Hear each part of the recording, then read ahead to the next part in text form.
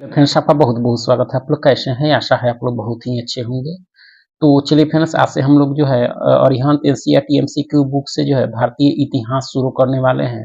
और भारतीय इतिहास में जो है हम लोग तीसरा सेक्शन यानी मॉडर्न हिस्ट्री आज से देखने वाले हैं। इसमें 3 सेक्शन दिए गए हैं, प्राचीन, मध्य और आपके मॉडर्न हिस्ट्री। तो आज से हम लोग जो है अरिहंत एनसीईआरटी एमसीक्यू बुक से जो है भारतीय इतिहास में मॉडर्न हिस्ट्री शुरू करने वाले हैं। और मॉडर्न हिस्ट्री में जो आज हम लोग देखने वाले हैं, अध्याय 21 को देखने वाले हैं, जो आपका उत्तर मुगल है 18वीं सदी। क्या है? उत्तर मुगल 18वीं सदी। तो चलिए इससे संबंधित जितने भी इसमें मोस्ट इंपोर्टेंट प्रश्न दिए गए हैं उन प्रश्नों को आज हम लोग देखते हैं। तो अगर आप चैनल पर नए हो तो चैनल को लाइक और सब्सक्राइब जरूर करें। और यहाँ एनसीईआरटी में जो है हम लोग फिजिक्स, केमिस्ट्री और बायोलॉजी को जो है समाप्त कर चुके हैं। उसका प्ले लिस्ट बना है, अगर आप देखना चाहते हैं तो जरूर देखें। तो चलिए आज से मॉडर्न हिस्ट्री में अध्याय 21 को शुरू करते हैं। तो देख सकते हैं कि सबसे पहला प्रश्न है कि मुगल उत्तराधिकार के युद्ध के संदर्भ में जो है विचार कीजिए। मुगल उत्तराधिकार के युद्ध के संदर्भ में जो है विचार कीजिए। और कितने कथन आपके सत्य हैं? कितने कथन सत्य हैं? तो देखा जाए तो केवल 2 कथन ही आपके इसमें सत्य है। वो कौन कौन से? तो 1710 में जो है औरंगजेब की मृत्यु के उपरांत जो है मुगल उत्तराधिकार का युद्ध जो है प्रारंभ हुआ, जिसमें औरंगजेब के 3 पुत्रों में संघर्ष हुआ। यह कथन आपका सही नहीं है, क्योंकि 1700 जो है 7 में औरंगजेब की मृत्यु हुई और उसके बाद जो है उसके तीनों पुत्रों में जो है मुगल उत्तराधिकार का युद्ध जो है प्रारंभ हुआ। तो इस तरह से देखा जाए तो पहला कथन क्या है आपका? असत्य है। दूसरा है कि उत्तराधिकार के युद्ध में जो है विजयी हुए राजकुमार ने जो है बहादुर शाह की उपाधि धारण की। यह कथन आपका सही है। ठीक है। उसके बाद कह रहा है कि कमजोर उत्तराधिकार नेतृत्व के कारण जो है बुंदेलखंड, रुहेलखंड आदि क्षेत्रों में जो है लगातार विद्रोह की घटनाएं हुई। ये भी कथन आपका सही है। दूसरा और तीसरा कथन आपके सही है मुगल उत्तराधिकार के युद्ध के संदर्भ में आपका। तो देखा जाए आपका तो देख सकते हैं कि मुगल उत्तराधिकार के युद्ध के संदर्भ में जो है केवल 2 कथन अर्थात दूसरा और तीसरा सत्य है आपका। औरंगजेब की मृत्यु के बाद जो है मुगल उत्तराधिकार का युद्ध प्रारंभ हुआ, जिसमें जो है औरंगजेब के 3 पुत्र मुअज्जम, आजम और जो है काम्बक्स में जो है संघर्ष आरंभ हुआ आपका। ठीक है। इस युद्ध में जो है मुअज्जम ने आजम को पराजित कर दिया तथा जो है स्वयं बहादुर शाह की उपाधि धारण कर जो है दिल्ली पर शासन किया, किंतु जो है राजकीय कार्यों में जो लापरवाही के कारण उसे जो है साहेब बेखबर की उपाधि प्रदान की गई। ठीक है। औरंगजेब के जो उत्तराधिकारों की जो है कमजोर स्थिति का लाभ उठाकर जो है बुंदेलखंड, रुहेलखंड आदि क्षेत्रों में जो है विद्रोह की प्रवृत्तियां उभरी। इन प्रवृत्तियों ने जो है साम्राज्य की संरचना को जो है कमजोर कर दिया। ठीक है। कथन ये जो है असत्य है, क्योंकि 1707 में जो है औरंगजेब की मृत्यु के उपरांत जो है मुगल उत्तराधिकार का जो है युद्ध आरंभ हुआ, न कि 1710 में। तो इस तरह से देखा जाए तो पहला कथन आपका क्या है? सत्य नहीं है। यानी 1707 में औरंगजेब की जब मृत्यु हुई उसके पश्चात जो है आपके मुगल उत्तराधिकार का युद्ध जो है प्रारंभ हुआ, इसमें 1710 देखा है। इसलिए पहला कथन क्या हो गया आपका? गलत। और दूसरा आपका तीसरा कथन आपके सही है। जो है उत्तराधिकार के युद्ध के संदर्भ में आपका। आगे है कि मुगल शासक बहादुर शाह के संबंध में कौन सा कथन सत्य है? बहादुर शाह के संबंध में कौन सा कथन आपका सत्य है? तो देखा जाए आपका तो उसने जो है समझौते तथा मेल मिलाप की नीति अपनाई तथा औरंगजेब द्वारा जो है अपनाई गई संकीर्णतावादी नीतियों में जो है कुछ को बदल दिया। यह कथन आपका सही है बहादुर शाह के संबंध में। दूसरा है कि इसके शासन काल में जो है मंदिरों को नष्ट नहीं किया गया। ये भी कथन आपका सही है। तो देखा जाए तो पहला और दूसरा दोनों कथन आपके सही है मुगल बादशाह बहादुर शाह के संबंध में आपका। ठीक है। उसने जो है मराठा सरदारों के प्रति जो है गहरे मेल मिलाप की नीति अपनाई। यह तो सही है। तथा जो है उसने दक्कन की जो है सरदेश मुखी तथा चौथ वसूलने का जो अधिकार दे दिया। यह कथन आपका सही नहीं है आपका। ठीक है। देख सकते हैं कि जो है मुगल शासक जो है बहादुर शाह के संबंध में पहला ए और बी सत्य है। बहादुर शाह ने जो है शासन की बागडोर संभालते ही मेल मिलाप और समझौते की जो है नीति अपनाई और साथ ही उसने जो है औरंगजेब की संकीर्णतावादी नीतियों को भी जो है बदल दिया। उसने हिंदू सरदारों और राजाओं के प्रति जो है सहिष्णु व्यवहार को जो है अपनाया। उसने जो है पूर्व के शासक औरंगजेब की भांति जो है मंदिरों को नष्ट नहीं किया आपका। ठीक है।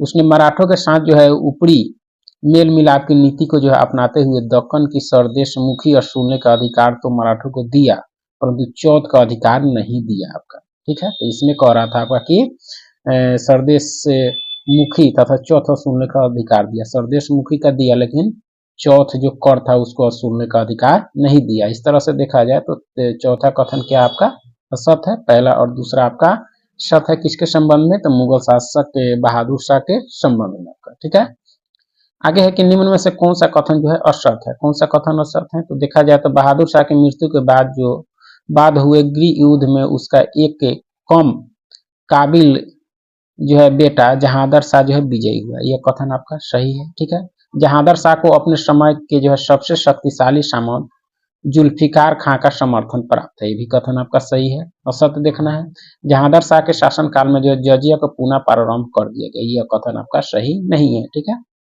चौथा है कि जहांदर शाह के काल में जो है आमेर के राजा जय सिंह को जो है मिर्जा राजा शवाई की पदवी दी गई और गुजरात का जो है सूबेदार नियुक्त किया गया। तो तीसरा इसमें कथन सही नहीं है, चौथा सही है। तो देखते हैं तीसरा क्यों सही नहीं है। दिए कथनों में से जो है कथन 3 जो है असत है, क्योंकि जहांदर शाह के शासन काल में जो है जजिया कर को समाप्त कर दिया गया। इसमें कह रहा है कि चालू किया गया, पुनः चालू किया गया। ठीक है, न कि उसे जो है पूरा प्रारंभ किया गया। इस तरह से तीसरा कथन क्या हो गया आपका? असत हो गया। ठीक है, बहादुर शाह की मृत्यु के पश्चात उसका कम काबिल बेटा जो है जहांदर शाह जुल्फिकार खां की जो है सहायता से गृह युद्ध में विजयी हुआ, जिसके पश्चात जो है उसने साप्ता पर कब्जा कर लिया। जुल्फिकार खां को जो है वजीर नियुक्त किया गया।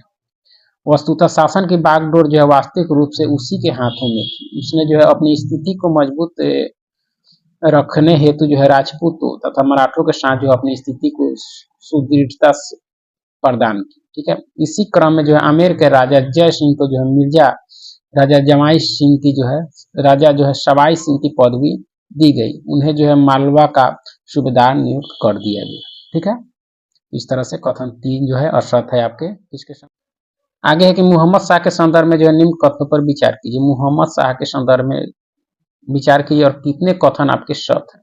तो केवल एक कथन आपके सत है इसमें। तो देखते हैं आखिर वह कौन सा कथन है जो सत है। केवल एक कथन सत है, यानी मोहम्मद शाह के संदर्भ में जो है केवल एक कथन आपका सत है। वह कौन सा है?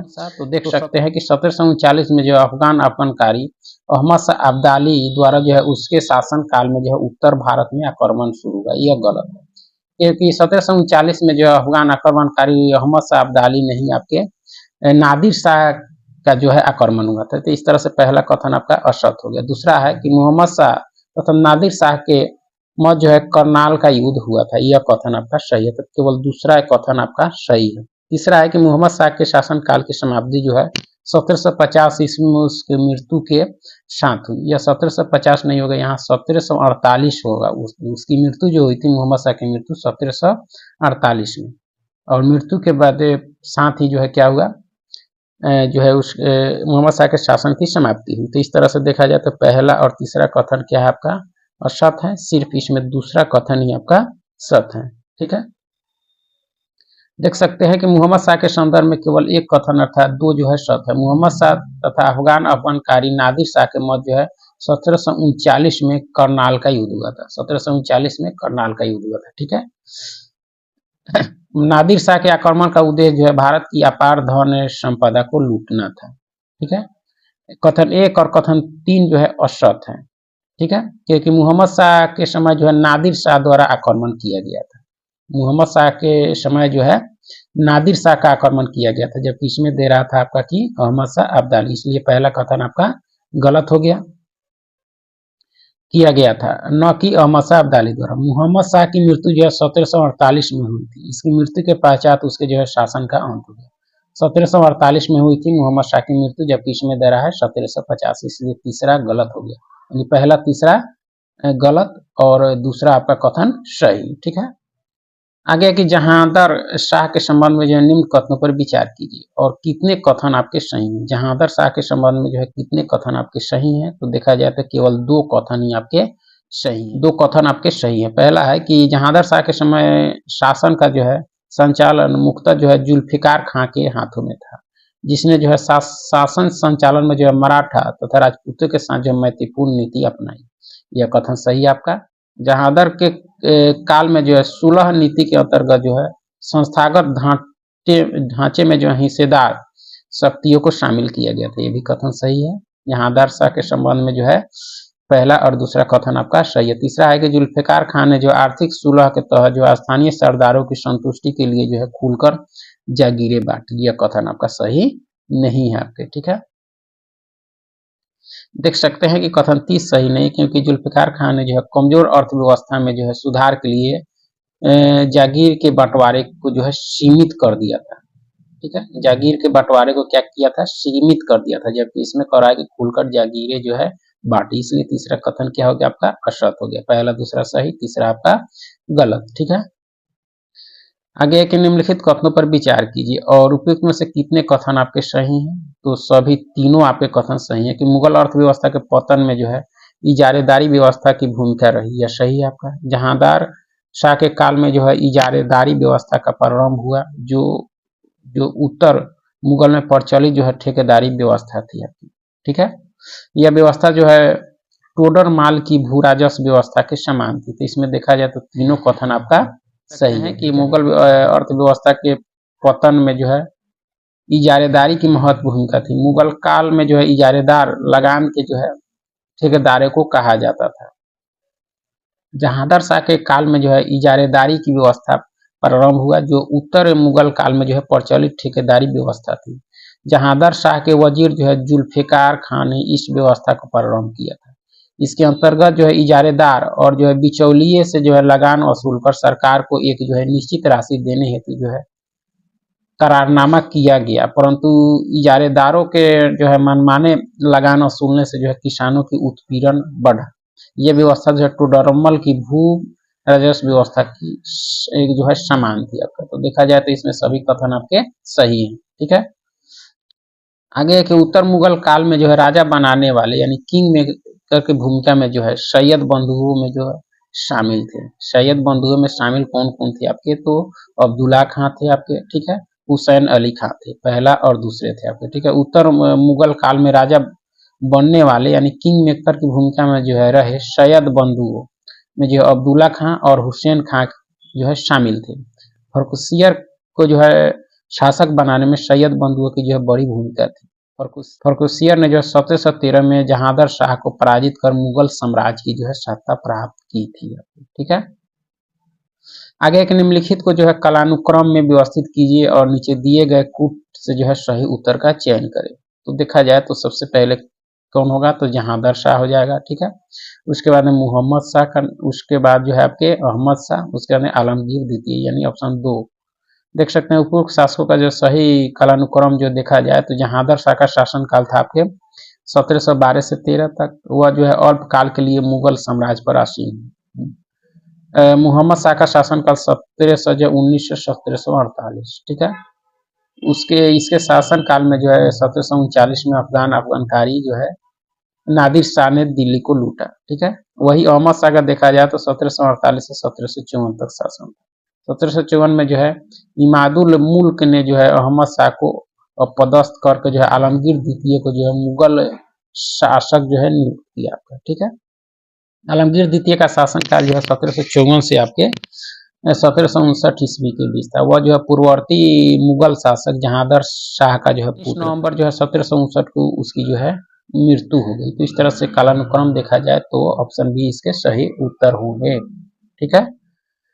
चलिए आगे है कि मुर्शिद कुली खां के संदर्भ में निम्नलिखित कथनों पर विचार कीजिए और कौन से कथन आपके सही हैं। कौन से कथन आपके सही हैं, तो मुर्शिद कुली खां जो है औरंगजेब के मातहत बंगाल का दीवान था, यह कथन आपका सही है, ठीक है। दूसरा है कि मोहम्मद शाह ने जो है उसे बंगाल का सूबेदार बना दिया, यह गलत है, क्योंकि मोहम्मद शाह ने जो है उसे बंगाल का सूबेदार नहीं बनाया था। इसको जो है मुर्शिद कुली खां जो है 1717 में जो फर्रुखसियर द्वारा जो है बंगाल के सूबेदार बनाया गया था, न कि जो है मोहम्मद शाह के द्वारा, ठीक है। तो ये देखा जाए तो दूसरा कथन आपका सही है, यानी मोहम्मद शाह ने उसे बंगाल का सूबेदार नहीं बनाया था, उसको बनाया था फर्रुखसियर ने, ठीक है। तो यह दूसरा कथन आपका असत हो गया, पहला सही। तीसरा है कि वो अपनी राजधानी मध्य बंगाल की एक स्थान ले गया जिसे उसने जो है मुर्शिदाबाद नाम दिया, यह भी सही आपका मुर्शिद कुली खां के संदर्भ में, ठीक है। तीसरा है कि उसने और उसके जो है उत्तराधिकारी नवाबों ने जो है बंगाल, बिहार और उड़ीसा पर जो है स्वतंत्र शासकों की तरह शासन किया, ये भी कथन आपका सही है। तो पहला, तीसरा और चौथा कथन आपके सही है मुर्शिद कुली खां के संदर्भ में आपका, ठीक है। आगे है कि चिनकिलीज खां के संदर्भ में जो है निम्न कथनों पर विचार कीजिए और कौन से कथन आपके सही हैं। तो कौन से कथन सही हैं, तो वह जो है 1722 में जो मुगल शासक का वजीर बना, यह कथन आपका सही है। उसने जो है प्रशासनिक सुधार के लिए प्रयत्न किया, चिनकिलीज खां, ठीक है, ये भी सही है आपका। तीसरा है कि वह जनवरी जो है 1723 में वजीर का जो है पद छोड़कर दक्कन चला गया, यह कथन आपका सही नहीं है। आप देख सकते हैं कि यह कथन जो है तीसरा असत्य है, क्योंकि चिनकिलीज खां जो है जनवरी 1723 में नहीं बल्कि जो है अक्टूबर 1724 में वजीर पद छोड़ा था।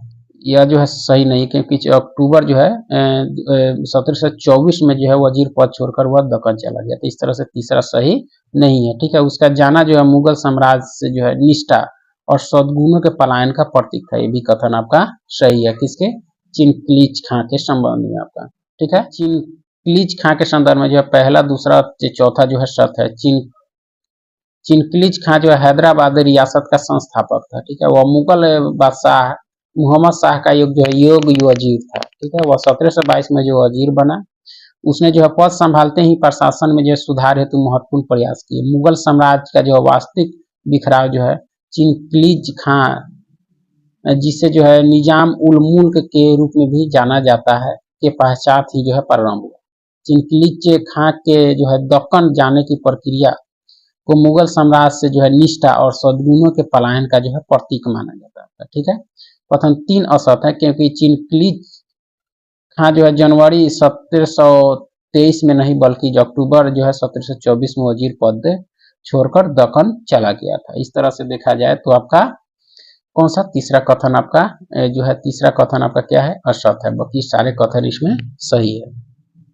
आगे है कि निम्नलिखित युग्मों पर विचार कीजिए। निम्नलिखित युग्मों पर जो है विचार कीजिए, शासक दिए गए हैं और शासन का, और कितने युग्म जो है सही नहीं है। तो कितने युग्म सही नहीं है, तो केवल 3, और 3 कौन? शाह आलम द्वितीय का शासनकाल जो है 1700 जो है आपके 59 से जो है 1806 था, जबकि इसमें दे रहा है 1806 से 1837, इससे पहला युग्म जो है गलत हो गया, ठीक है।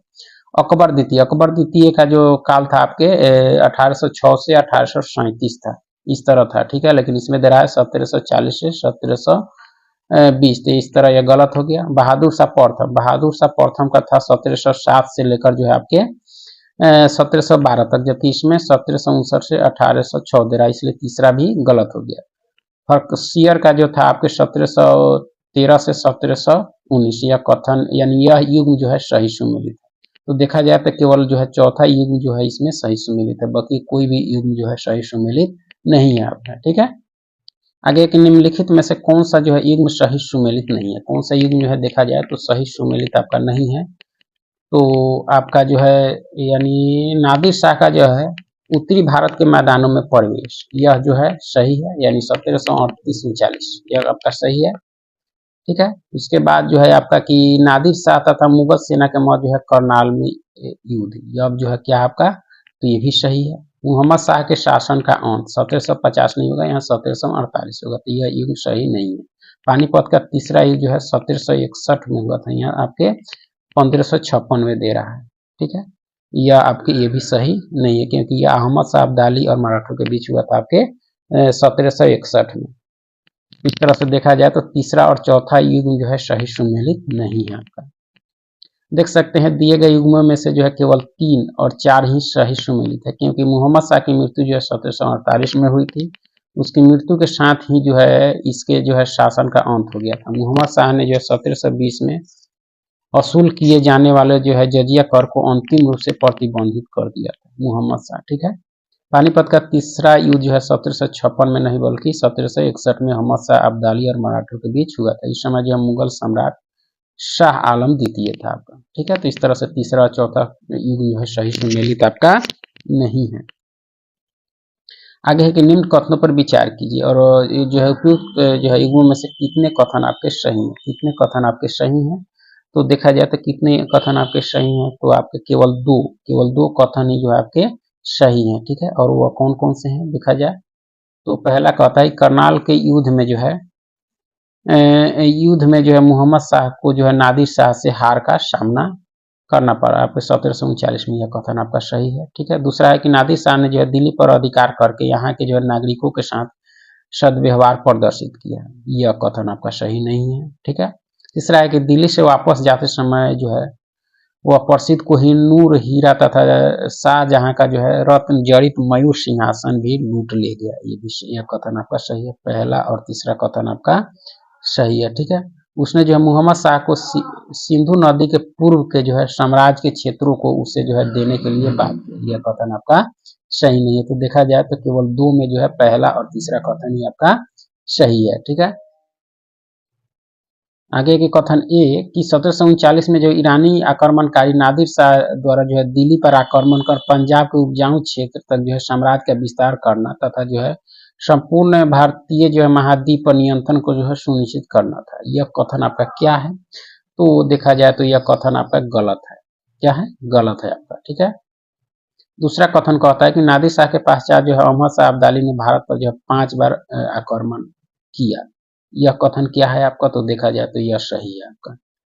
ठीक है, पहला गलत दूसरा सही। देख सकते हैं कि जो है 1739 में जो ईरानी आक्रमणकारी नादिर शाह द्वारा जो है दिल्ली पर किए गए आक्रमण का मुख्य उद्देश्य जो है भारत की अपार धन संपदा को लूटना था, न कि जो है साम्राज्य का विस्तार करना था। नादिर शाह के आक्रमण के पश्चात जो है अहमद शाह अब्दाली के आक्रमणों का जो है तांता लगा रहा। उसने जो है 1748 से 1761 के बीच जो है 5 बार उत्तरी भारत पर जो है आक्रमण किया और लूटपाट मचाई आपका। तो इस तरह से पहला गलत है और दूसरा आपका कथन सही है। आगे है कि निम्नलिखित युग्मों पर विचार कीजिए और उपयुक्त में से कितने युग्म है सही सुमेलित नहीं है आपके। सही सुमेलित आपके कितने युग्म देखा जाए तो इसमें सुमेलित नहीं है, तो केवल जो है आपके दो युग्म जो है सही सुमेलित नहीं है। ठीक है, और वो कौन कौन से हैं जो सही सुमेलित नहीं है आपका? पहला है कि अहमद शाह अब्दाली का जो है भारत पर आक्रमण 1748, यह युग्म सही है। ठीक है, और देखा जाए तो अहमद शाह द्वितीय द्वारा जो ईस्ट इंडिया कंपनी के जो है विरुद्ध लड़ाई की घोषणा 1772, यह सही सुमेलित नहीं है। ठीक है, उसके बाद जो है कि हम शाह आलम द्वितीय की जो है मराठों के संरक्षण में जो है ब्रिटिश आश्रय छोड़कर दिल्ली वापसी 1764, ये भी सही नहीं है। अंग्रेजों द्वारा जो है दिल्ली पर अधिपत्य 1803, यह सही है आपका। तो देखा जाए तो दूसरा और तीसरा जो है आपका सही सुमेलित नहीं है आपका। ठीक है, देख सकते हैं कि दूसरा और तीसरा जो है सही सुमेलित नहीं है। शाह आलम द्वितीय जो है 1759 में साता पर आसीन हुआ। उसने जो है 1764 ईस्वी में जो है बंगाल के मीर कासिम और अवध के नवाब जो है सुजाउद्दौला के साथ जो है मिलकर अंग्रेजी ईस्ट इंडिया कंपनी के विरुद्ध जो है युद्ध की घोषणा कर दी। यह युद्ध जो है बक्सर के युद्ध के रूप में जो है भारतीय इतिहास में प्रसिद्ध है आपका। ठीक है, बक्सर के युद्ध में जो है पराजित हो जाने के पश्चात जो है शाह आलम द्वितीय कई वर्षों तक जो है इलाहाबाद में जो है ईस्ट इंडिया कंपनी का जो है पेंशन भोगी बना रहा, लेकिन वह जो है 1772 मराठों के संरक्षण में जो है ब्रिटिश आश्रय छोड़कर दिल्ली वापस लौट गया। तो इस तरह से देखा जाए तो आपका दूसरा और तीसरा कथन जो है सही नहीं है, पहला और चौथा कथन आपका सही है आपका। ठीक है, आगे के मुगल साम्राज्य के पतन के परिणाम के संबंध में जो है कौन सा कथन सही नहीं है? मुगल साम्राज्य के पतन के परिणाम के संबंध में जो है कौन सा कथन आपका सही नहीं है?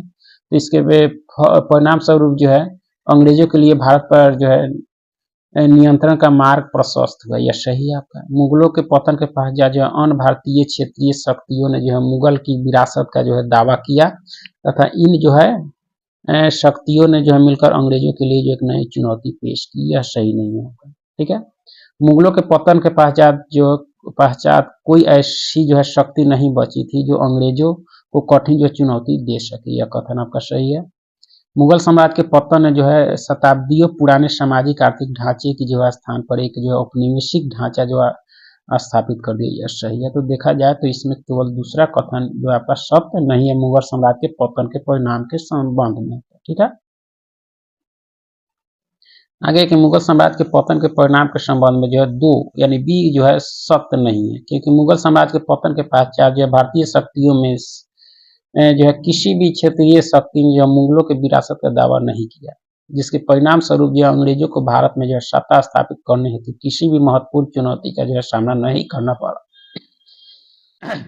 चलिए आगे है कि निम्नलिखित कथनों पर विचार कीजिए और कौन से कथन सही हैं कौन से गलत हैं। देख सकते हैं कथन एक कहता है कि अकबर के काल में जो है शुरू मनसबदारी व्यवस्था जो है शाहजहां के काल में जो है अपने सरोज पैदान पर था, यह गलत है क्योंकि शाहजहां के समय नहीं, ये आपके किसके समय? तो औरंगजेब के समय जो है आपके सरोज पायदान पर था। इस तरह पहला कथन गलत हो गया, जिसने जो है मुगल साम्राज्य को जो है सुदृढ़ जो है आधार प्रदान किया, गलत हो गया, ठीक है। दूसरा कहता है कि प्रशासनिक से सुविधा के दृष्टिकोण से जो है विकसित मनसबदारी जो है व्यवस्था ने मुगल साम्राज्य के जो है प्रशासन को ही जो है कमजोर कर दिया। यह कथन आपका सही है। देख सकते हैं कि कथन ए गलत है, परंतु 2 जो है सही है। अकबर काल में जो है शुरू हुई मनसबदारी व्यवस्था जो है औरंगजेब के काल में अपने जो है सर्वोच्च शिखर पर थी।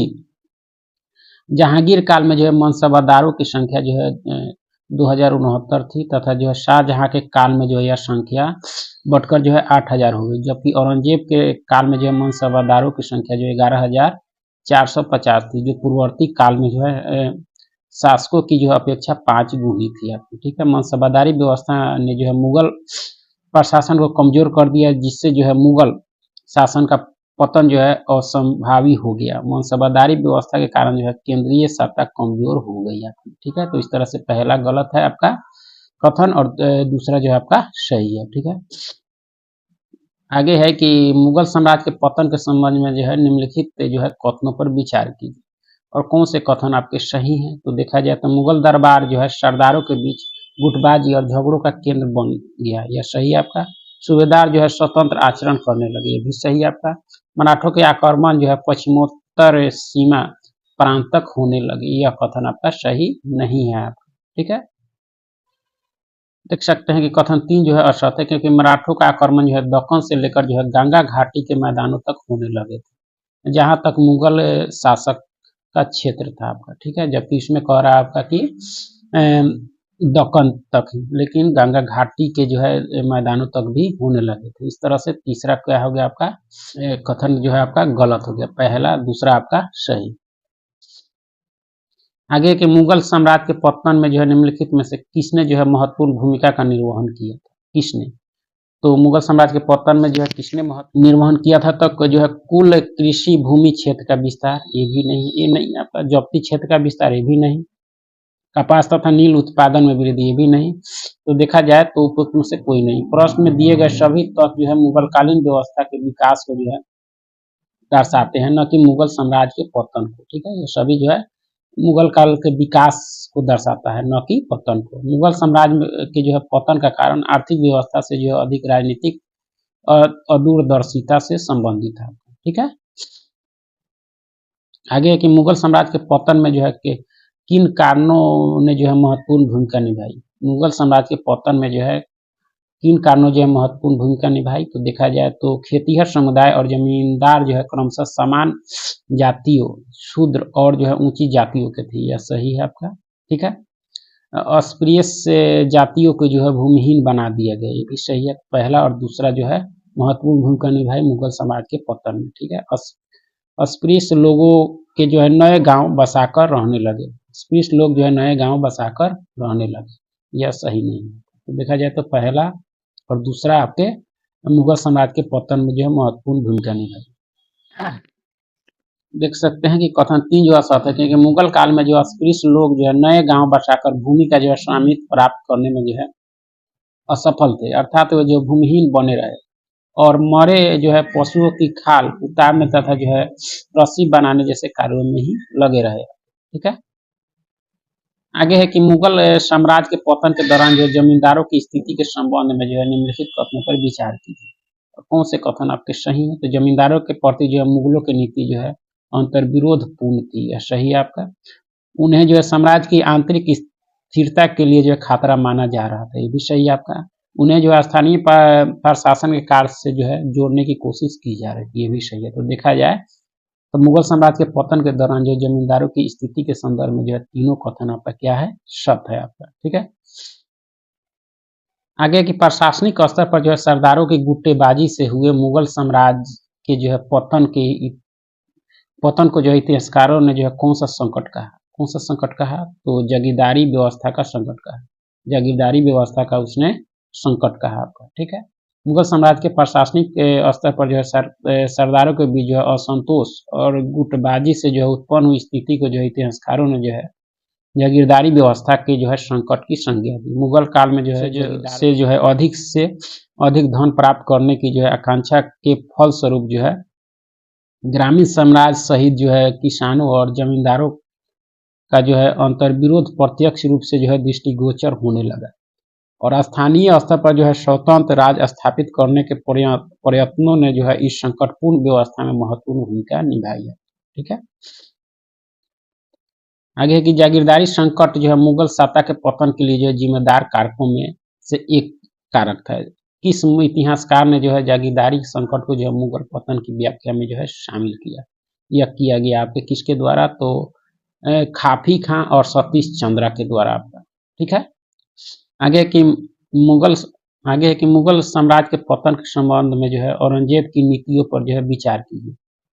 मुगल साम्राज्य के पतन के संबंध में जो औरंगजेब की नीतियों पर जो है विचार कीजिए और इसमें जो है कितने कथन सही हैं। तो देखा जाए तो उसने जो है बीजापुर और गोलकुंडा को जो है खालसा के रूप में जो है सुरक्षित रखा है, यह सही आपका। वह खालसा से जो है युद्ध का खर्च जो है निकालना चाहता था, यह दोनों कथन आपका सही है। मुगल साम्राज्य के पतन के संबंध में जो है औरंगजेब की नीतियों के बारे में आपका देख सकते हैं कि मुगल साम्राज्य के पतन के संबंध में जो है दोनों कथन सत्य है। मुगल कालीन शासन व्यवस्था में जो है खालसा भूमि वह होती थी जिसकी जो है आय बादशाह के लिए जो है सुरक्षित रखी जाती थी। यह भूमि जो है बादशाह के प्रत्यक्ष नियंत्रण में रहती थी। ठीक है, औरंगजेब ने जो है अपने शासन काल के दौरान जो है इसी पद्धति के द्वारा जो है गोलकुंडा और बीजापुर को जो है खालसा के रूप में जो है सुरक्षित रखा था क्योंकि वे जो है सबसे अच्छी जागीरें थी आपका। ठीक है, औरंगजेब द्वारा जो है सबसे अच्छी जागीरों के रूप में जो गोलकुंडा और बीजापुर को जो है सुरक्षित रखने का उद्देश्य जो है उन क्षेत्रों से प्राप्त आय से जो है युद्ध में होने वाले खर्चों का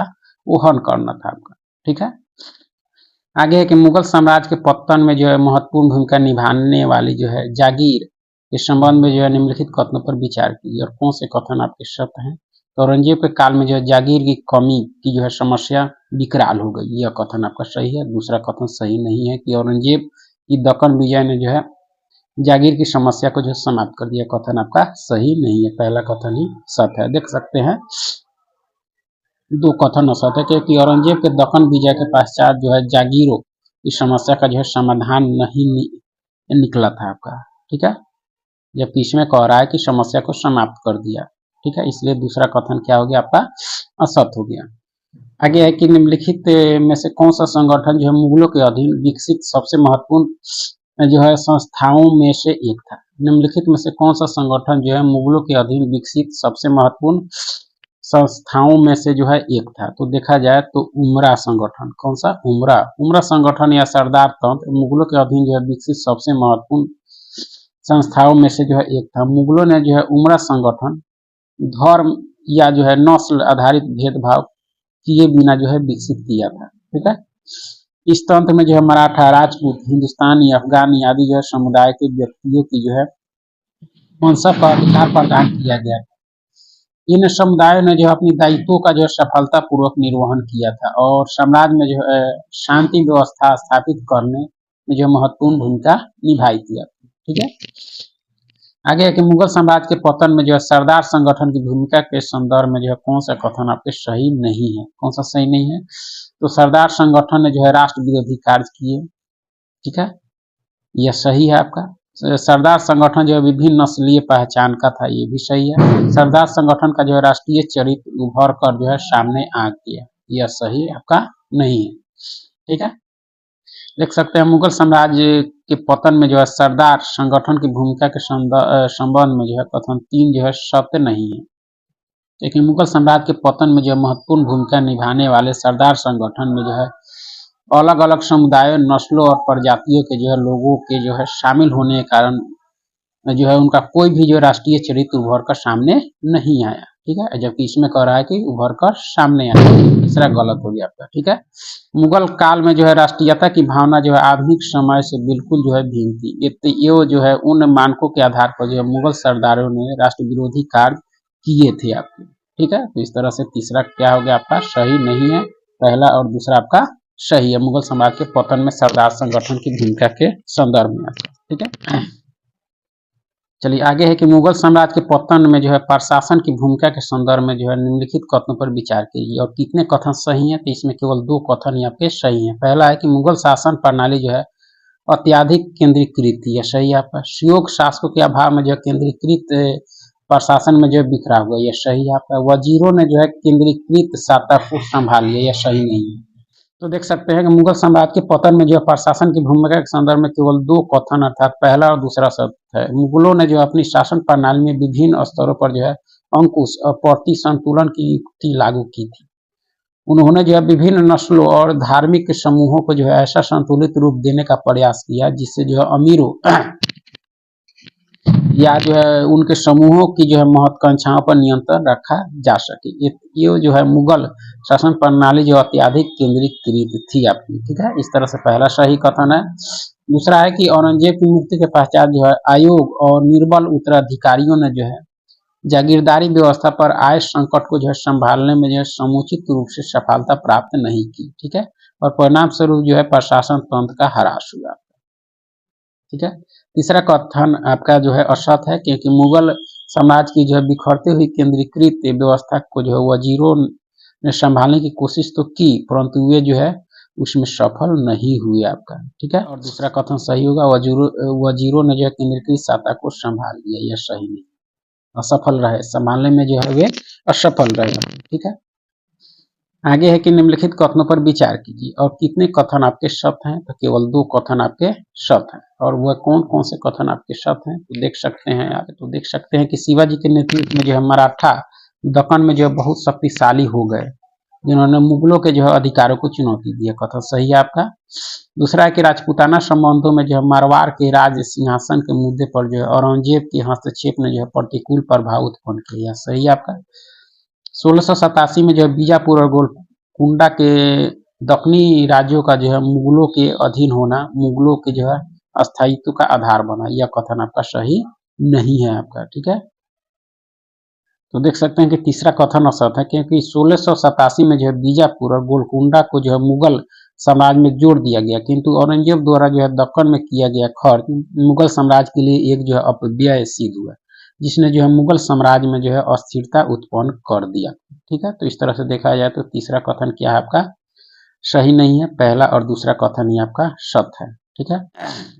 आगे कि मुगल साम्राज्य के पतन के संबंध में जो निम्नलिखित कथनों पर विचार कीजिए और कौन से कथन आपके सत्य हैं। तो देखा जाता है औरंगजेब जो है मराठा समस्या को जो है हल करने में विफल रहा, यह सही है आपका। उसने जो है कई मराठा सरदारों को जो है मनसब दिए, यह सही है आपका, ठीक है। मराठों के विरुद्ध जो है दक्कनी राज्यों के साथ जो है गठबंधन सफल रहा, यह गलत है आपका। तो पहला और दूसरा कथन आपका सही है, ठीक है।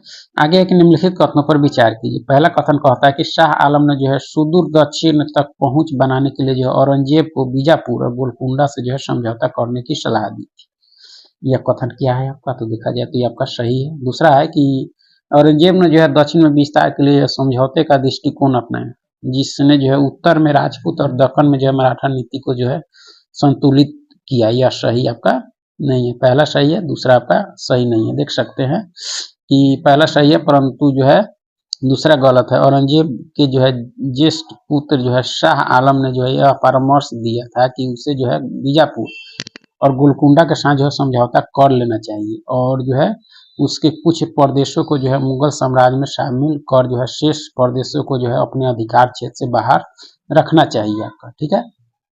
इन क्षेत्रों की व्यवस्था के साथ साथ जो है वह कर्नाटक जो कि सुदूर दक्षिण में स्थित है पर भी जो है शासन करना चाहता था, लेकिन औरंगजेब ने जो है शाह आलम के इस परामर्श को नहीं माना।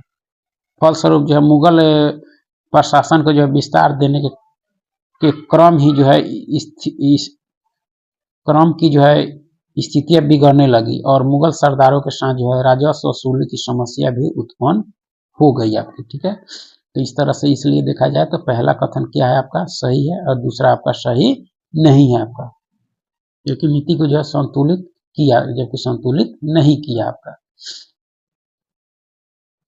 आगे है कि मुगल साम्राज्य के पतन में जो है राजपूत शासकों की भूमिका के संबंध में जो है कौन सा कथन सही नहीं है, कौन सा कथन इसमें सही नहीं है।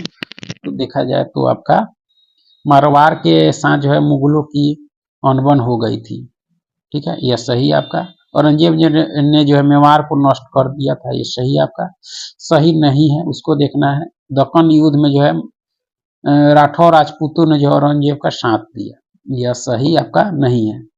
तो देखा जाए तो मुगल साम्राज्य के पतन में जो है राजपूत शासकों की भूमिका के संबंध में जो है कथन 3 जो है सत्य नहीं है, क्योंकि दक्कन युद्ध में जो है राठौर राजपूतों ने जो है औरंगजेब का साथ नहीं दिया, जबकि इसमें कह रहा है कि साथ दिया, इसलिए तीसरा कथन क्या हो गया आपका गलत हो गया।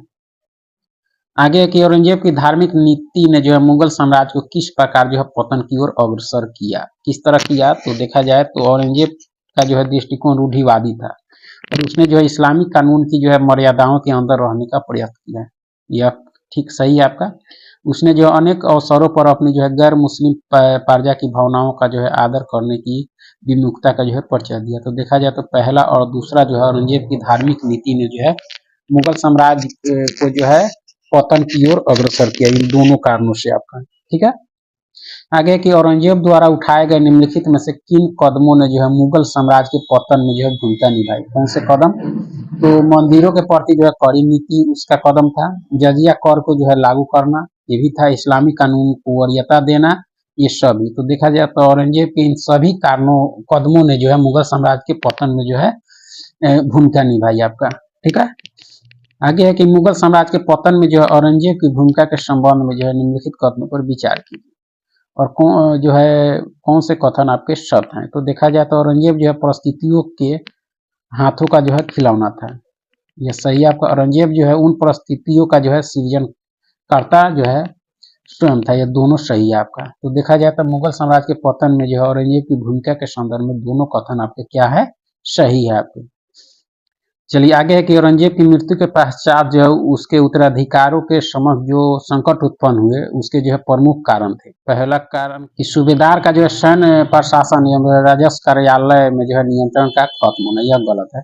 एक नियंत्रण था तो पहला गलत है आपका ठीक है।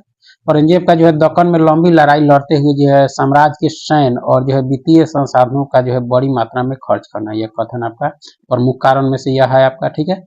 प्रशासनिक कुशलता में कमी भी थी आपकी, विभिन्न क्षेत्रों में होने वाला जो है कृषक एवं जमींदारों का विद्रोह ये भी सही था आपका ठीक है। तो देखा जाए तो औरंगजेब की मृत्यु के पश्चात जो है उसके उत्तराधिकारों के समक्ष जो संकट उत्पन्न हुए उसके कारण जो है आपके दूसरा और तीसरा और चौथा थे आपके ठीक है।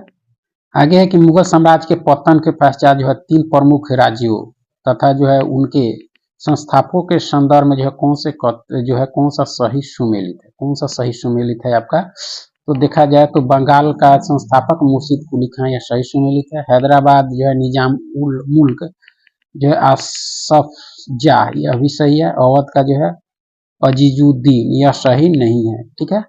देख सकते हैं कि पहला दूसरा सही है आपका। बंगाल का संस्थापक मुर्शिद कुली खां ने की थी ठीक है, और बंगाल का प्रथम नवाब जो है 1713 से 1727 था आपका। निजाम उल मुल्क आसफ जाह 1724 से 48 ईस्वी, जिसने जो है हैदराबाद राज्य की स्थापना की। मुगल बादशाह जो है फर्रुखसियर के दरबार का जो है एक अत्यंत शक्तिशाली सदस्य था आपका ठीक है। उसे सर्वप्रथम जो है अवध की सूबेदारी सौंपी गई थी, परंतु बाद में जो है उसे दक्कन का कार्यभार प्रदान किया गया आपका ठीक है।